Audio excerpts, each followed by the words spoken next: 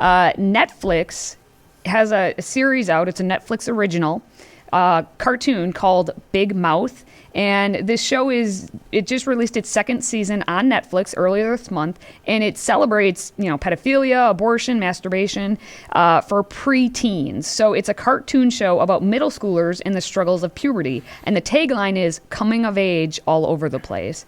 So if you watch any clip of it, every clip I've been forced to watch so far, you see cartoon genitalia, you see they're talking about abortion, they're talking about masturbation, and one of the creators, Nick Kroll, calls it a perverted Wonder Years, and he admits, I don't know if I'm going to get in trouble for telling kids to watch this show because it's super dirty. I do think because it's animated, we were able to say and do things that would have been very tough to do otherwise. This is a show that has adult humor, but because it's a cartoon, they have tentatively slotted it for adolescent kids. And adolescent kids are watching it left and right. And what it is, it's an attempt to provide the most crass, over-the-top, juvenile kinds of sexual information to little kids, young kids, adolescents, who are at that age where they're going to soak that stuff up, right? And so this is a adult cartoon that if it weren't a cartoon, it would be X-rated. You wouldn't be able to watch this.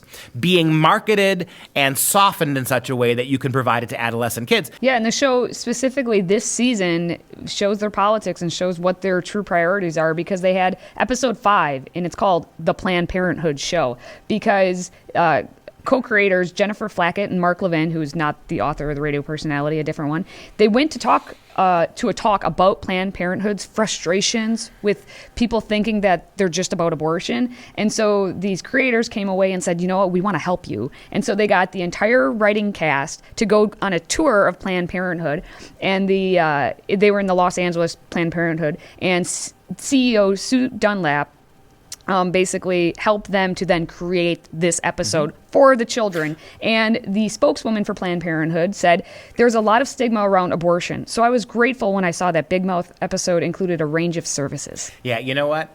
This, the destigmatizing of abortion is what this is about, too. And isn't it interesting that Planned Parenthood, who has their grubby little fingerprints over much of the sexuality curriculum, much of the sexuality lessons that your kids are getting, that have nothing to do with biology, by the way, the idea of what reproduction is. This is all about preferences, sexual mores, overcoming sexual taboos, teaching kids that things like anal sex are perfectly fine if you just do it a certain way, the logic of anal sex.